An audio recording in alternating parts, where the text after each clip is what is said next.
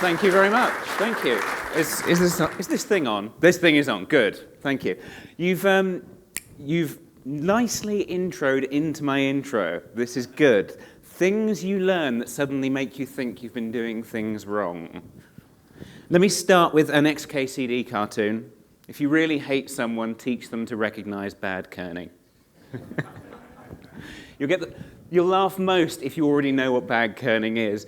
Kerning is the spacing between letters on a sign or in writing.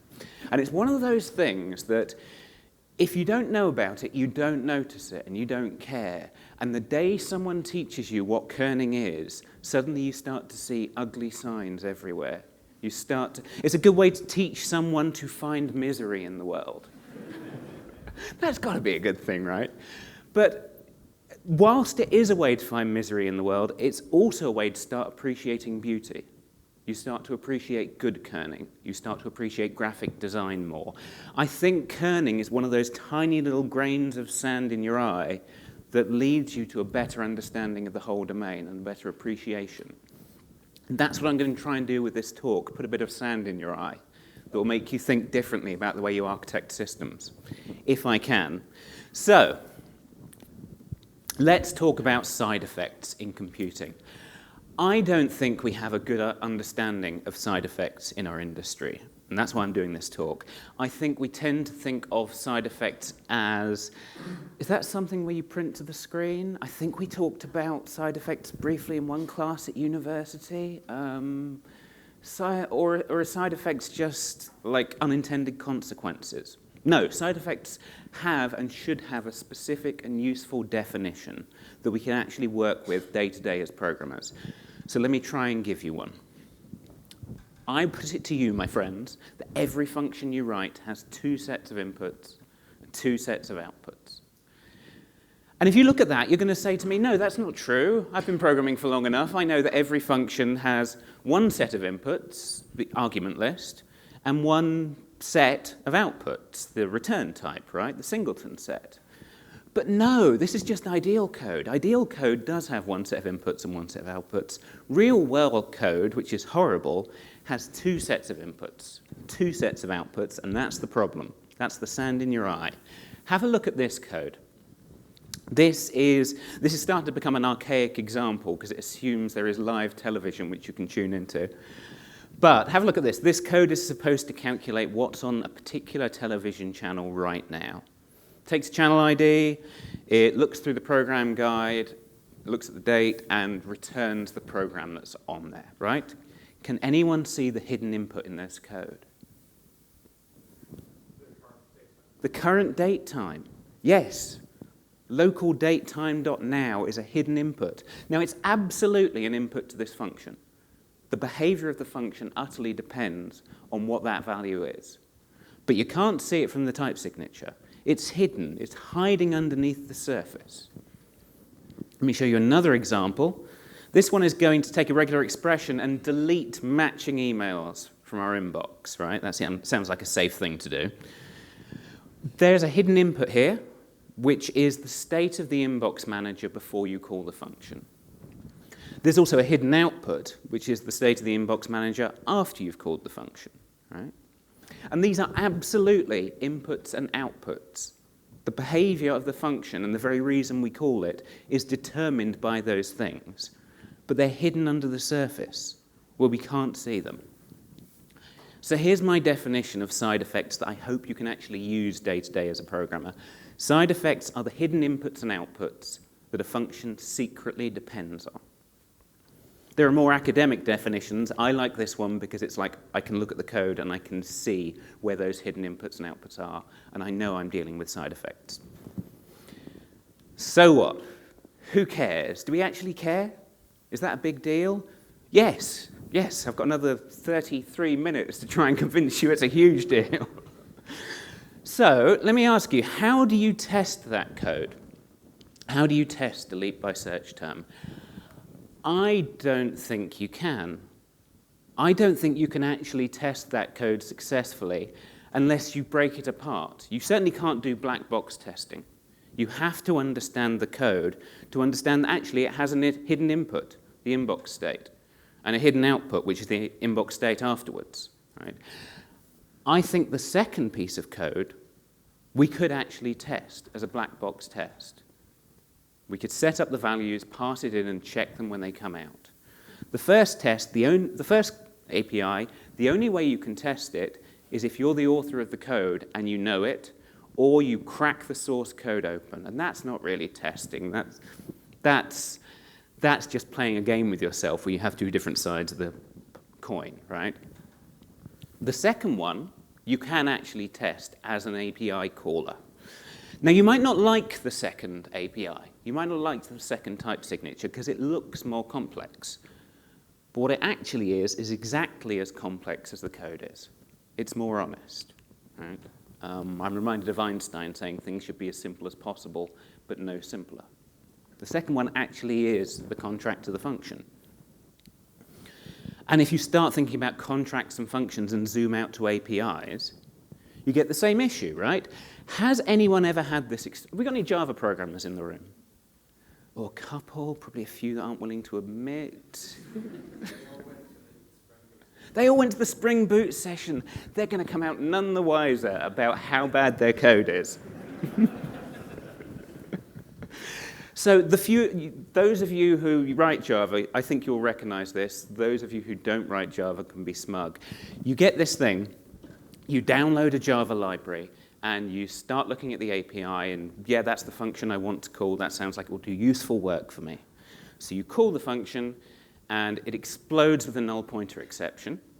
And then you realize it's because you didn't call the setter before the function set up. So there's a hidden input that you were supposed to set before you called it. So you set that, and you rerun the code, and it crashes with another null pointer exception because there was a second setter you were supposed to call, and maybe it was in the documentation, but you couldn't see it, and you set that one, you rerun it again. And eventually, you set up all the hidden inputs through the different setters that allow you to actually call the function you thought you had looked at the documentation for. That happens loads in Java when you're using external libraries for the first time. It also happens for all other APIs. I mean, Java's just a nice example to pick on, but any time you have an API with a hidden input and a hidden output, there's someone far away over the wire who is swearing at you, trying to figure out what they actually have to give you to get the job done, and what will actually come back out of it. But I think side effects are even worse than that. One thing we get told a lot in programming is favor composition over inheritance. You ever heard that one? It's a nice mantra. Composition's great. I love composition. It looks like this. It's supposed to look like this. You get some stuff and you give it to a function, and the function returns some stuff that neatly plugs into the next function, that returns some stuff that neatly plugs into the next function. And you just happily glue things together, and you get a lovely buildable system out of building Lego bricks. You've been sold that idea. Never really works, because what it actually looks like in reality is this. You have to line up the inputs to the first function and think of the hidden inputs to it. And then that gives you some outputs which also get mixed with the hidden outputs and hidden inputs to the next function, and that gets mixed with the next function. And as you can see from this wonderfully hand-drawn diagram, the complexity beneath the surface starts to become larger than the inputs and outputs you thought you were dealing with. We end up building hidden dependency graphs. And if you've ever had this experience, you go to work on a project and things build up over time. You build a larger and larger system. People leave the project, people come onto the project, and then eventually things start to degrade. Quality of the code gets worse and worse somehow, and you don't really understand how, but you try and change a thing over here and it breaks a thing over there. Right? And eventually it gets worse and worse, and someone almost inevitably says, we should just rewrite this whole project in flavor of the month, right? Okay, you've all had that experience, of course you have.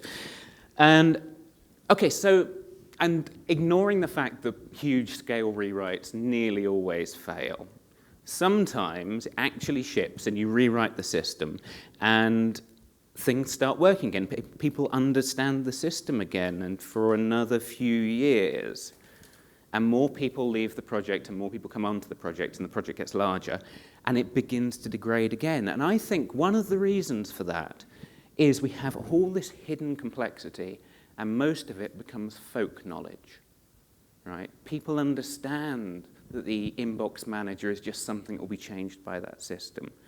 But then they leave the company, and 3 years later, someone new comes in who hasn't really read the code properly. And gradually, as people come in and people leave, the folk knowledge cache ages out.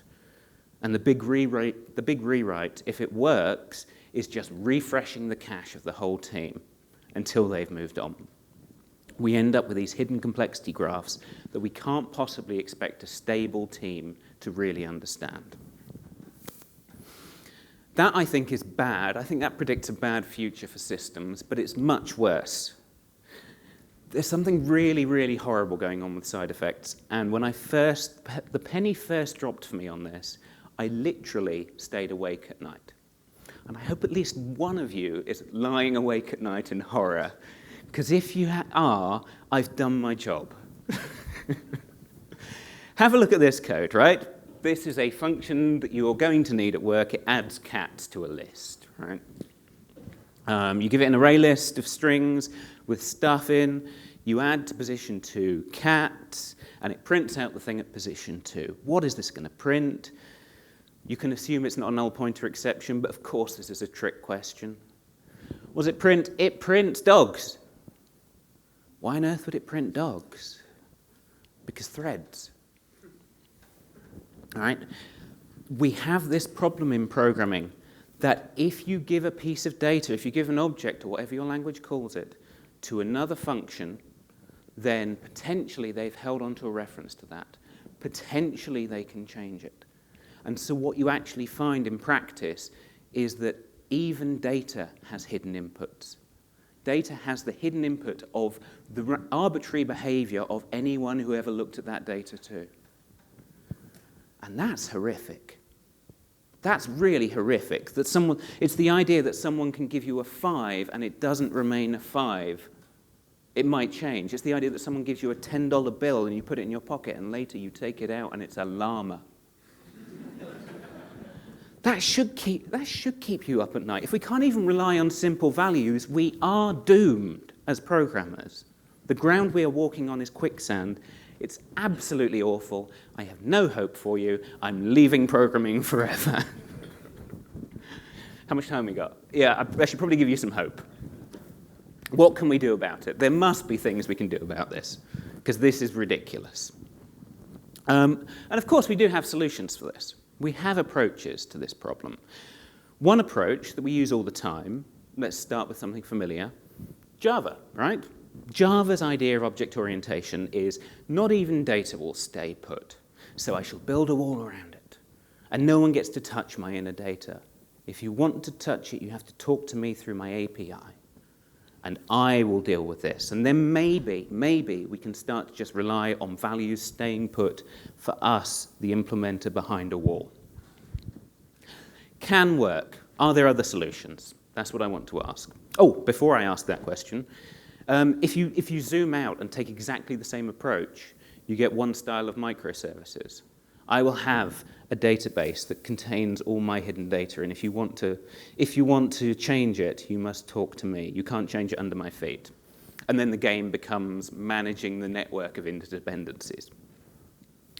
That feels like that has been the default solution to data changing under our feet for a couple of decades, if I'm honest.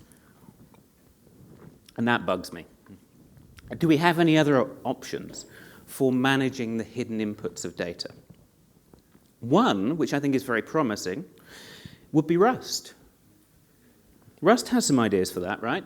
Rust says, well, instead of putting a wall around data, how about we eliminate the idea that anyone can jump in and start manipulating our data? Interestingly, Rust also has this idea that what if we taught this concept to the compiler, and then the computer itself could help us and participate in tracking hidden inputs? I think that's really powerful. Let's pull on that thread even further. Rust is dealing with the hidden input of other people's behavior with data by tracking who can see the data. That's good, but we could go further. What if we just said, let's stop letting people manipulate data under our feet? If you give me a $10 bill, it doesn't change into a llama. Let's just keep it as the thing it is. Let's say that you can't change data.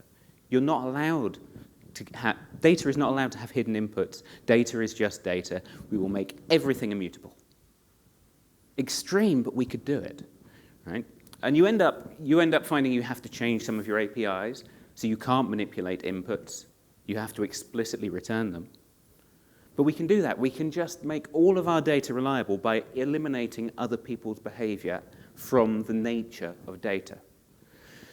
And sometimes I say that and people say, well, this doesn't sound feasible. This surely we'll end up with copies of things in memory all over the place. It sounds very non-performant.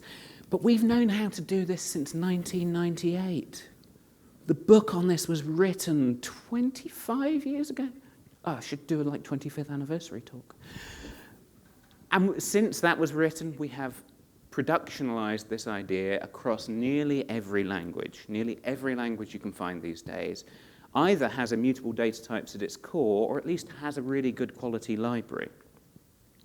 And if you take one thing from this talk, it's look into immutable data structures. It makes code so much simpler because the data, the very thing we build our systems on top of, can be relied upon once more.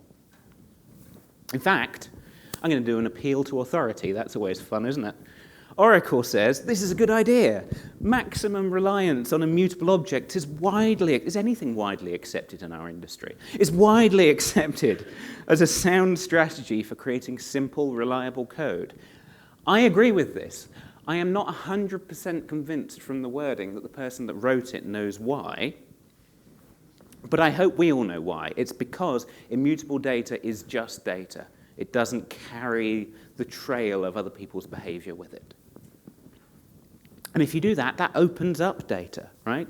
There are good reasons to put a wall in front of data. There are security reasons. Of course there are. But we shouldn't be building these walls around data just so that we can try and rely on what we're writing. With those are walls we have constructed in on ourselves rather than walls that solve the problem at hand. And if you get away from that, you can start to build immutable data systems where you can share data more liberally. You can give a copy of what you're working on to other subsystems without having to be federated through an API, which means you always have access to the data, which means you don't need all these extra APIs just to give protected connections. I think that's a very powerful idea, immutable data. But what about other side effects? Data is the fundamental one, I think. But what about other side effects? Well, for that, I need to move into some propaganda. Let me tell you about Haskell. Lock the doors, would you, Stefan? Have we got any Haskell programmers in the room? Yeah, well, a few. Anyone who used to do it at uni, if you went to uni? Yeah, okay. Right. So in order to get this idea across, I need to give you a quick syntax primer. It won't be too painful. Obviously, syntax causes wars, but we'll do our best. So let's take our function that adds cats to a list of cats, right? This returns a list of strings, and the inputs are a list of things and the position you want to add a cat to. First thing, to move to Haskell is we'll remove some implementation details. We're just trying to get to a type signature. So public, that's an implementation detail. Variable names, they are implementation details. Haskell has those implementation details, but it doesn't put them in the type signature. Second thing, let's put the return type at the end. This is a really good idea.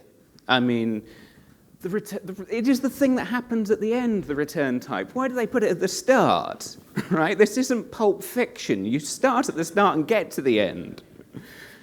I often think if someone gave me a time machine and said, do something good to improve programming, I would jump in and I would go back to the 60s. And there'd be a long queue of people talking about null pointers. So I would not bother joining that queue. I'd say, can we please just syntactically put the return type at the end? It just makes sense.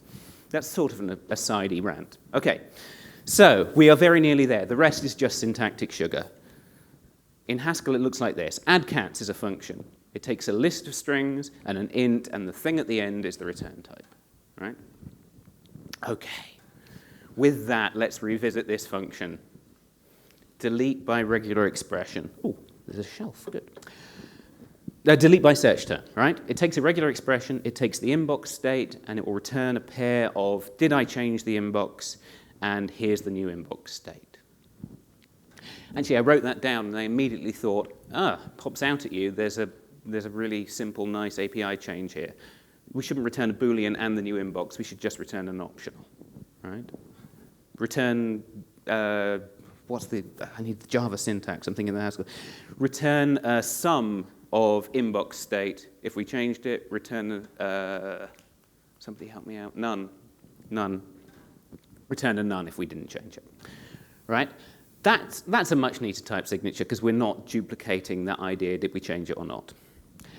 Haskell has this trick for dealing with side effects, and I want you to squint at this code, squint mentally. If you're squinting physically, the font size is wrong. Squint mentally, and you can think about optional you can think about it as inbox state wrapped in this optional type. You could also think about it as I return an inbox state in the presence of maybe I won't, in the context of I might do it or I might not. That little mental trick, I can give you something in the context of some other idea, is how Haskell manages side effects in the type system, right? You can just say, I can return something in all kinds of contexts.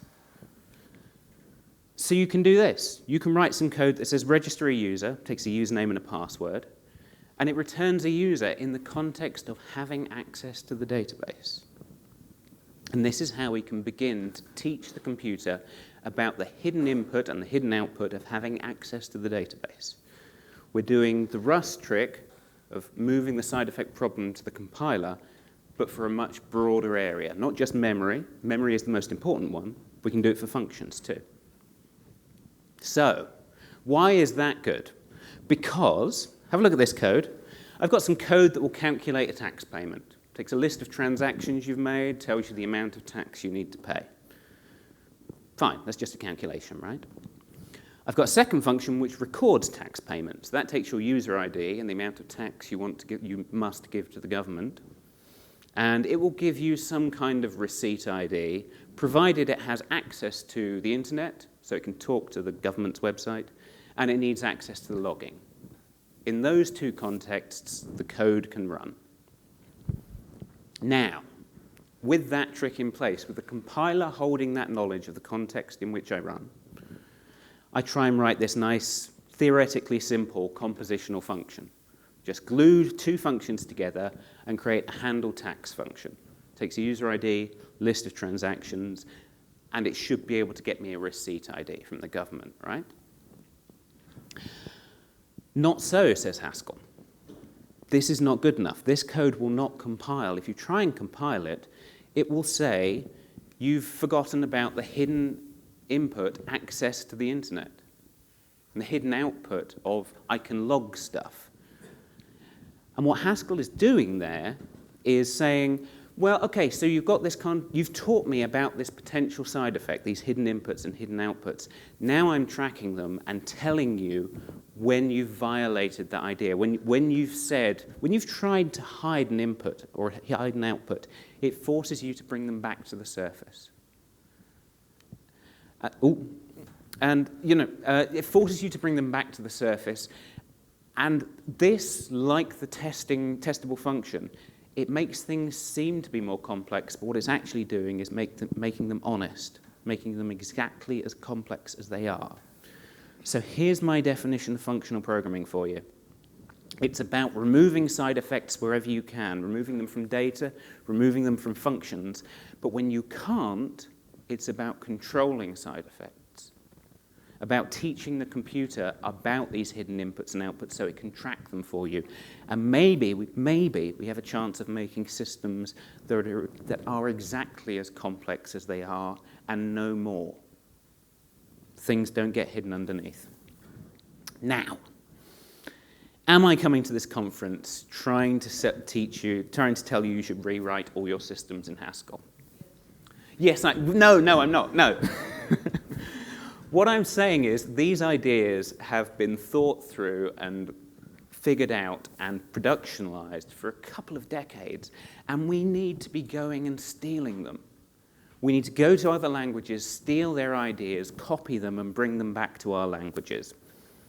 Hopefully there is at least one language designer in the room who will be badgered by this, but you can start just the idea of being able to see the problem and know that your computer could learn about the problem and assist you in solving the problem is a huge step forward for the industry. I would be more than happy if Haskell failed, but the ideas succeeded, which I think is how we should operate in the whole of programming, right? The ideas are bigger than the implementations. So, one thing you might say is, okay, so that's at the function level, that's at the repo level. Can we zoom out and do something larger with these ideas? And I think we can. I think we can start to think about large systems and removing side effects from those. So, think about something that's going to call a separate system. How about this function? Deposit money. It's going to talk to the accounting service. And it's going to say, Alice wants to deposit $5,000. Right? Is there anything I can do to surface hidden information, to make things more explicit, to remove side effects? I think one small change I could make to this is I could change from this opaque Alice user object, I could just surface the ID, right? All I need is the ID for this operation. So I could surface that. But can I go any further? The accounting service, that doesn't, well, I could. I could start to surface the complexity there. I could just, if you've ever written unit tests, you might have done this trick. You could say, I will have a description, a descriptor that tells me where the accounting service is, rather than having the distant side effect, the hidden machinations of a second system. I could do that. And if I did that, there's sort of one more hidden thing in here, which is the processing itself. I could just turn this whole function call into a packet of data. Right? What do I want to do? Where do I want to do it? Or who do I want to do it? What information do they need to do it with? If you do that, and we just write the data and we'll send it off somewhere. If you do that, starting with side effects, I think we have just begun to invent the actor model. All right? Just write some data. Don't worry about calling the other system. Just write some data and send it somewhere. And you end up with a system that looks like this.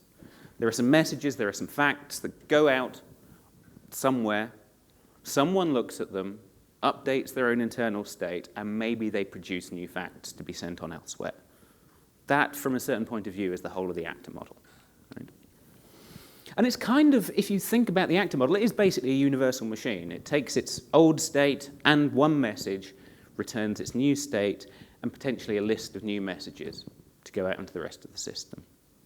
That's an actor model. It's also a Turing machine, if you think about it. Can we take that any further? Are there any more hidden, stateful, side-effecty things we could remove? It bugs me that in an actor model system, if a computer goes down, the facts, the messages get lost. That might bug you too. That seems like we have a hidden input of, did the machine stay up long enough? So you might look at that and say, hey, we need a persistent queue. That would be good. I like queues. I don't know why I have only 2 Star Trek The Next Generation GIFs. I should either have more or less, but I have exactly 2. Right, so we could have a persistent queue. We could do that trick, right? And then we've removed the hidden input of, the hidden state of, is the machine still running reliably? That's close to a system that makes me feel happy. It's mostly pure data. I like that. Data stays put now. I like that. There is one problem here, which is when we process the message in a queue, it just falls off. It falls off the edge of the universe. It's used up. There is the hidden thing of using up data as part of our system. So we could just get rid of that. We could just write the data to something internally persistent. We could write it to a never-changing log, an append-only log. And if we did that, we would have invented Kafka, if you've ever used Kafka. And when you get to that point, you've got this persistent series of facts, messages, pieces of data that never change. You have a state machine, which can be made into a pure function that just looks at a fact, makes a decision, comes up with a new fact. You could start rereading these non-consumed facts, these persistent, eternal pieces of data that aren't used up. Different people could read them in different ways. You could have one system which looks at the facts for processing transactions, another that looks at the facts for auditing transactions when the auditors come in, another that looks at the facts for how swiftly they were processed, or how busy we are, or which things fail repeatedly when you're looking at user experience. We could just start to reuse the same persistent facts in different ways. And if you do that, I think you've started from just this tiny thing of looking at side effects, I think you've started to reinvent actors, queues, Kafka, and data mesh systems. Just from that tiny grain of sand. I really think you have. So, with that in place, let's talk one more time about side effects. There was a paper written in 2006 called Out of the Tar Pit. Some people in the room clearly love it. It was quite influential in the closure world. And it made some wild claims, like if we have better programming languages, non-programmers will be able to build all systems.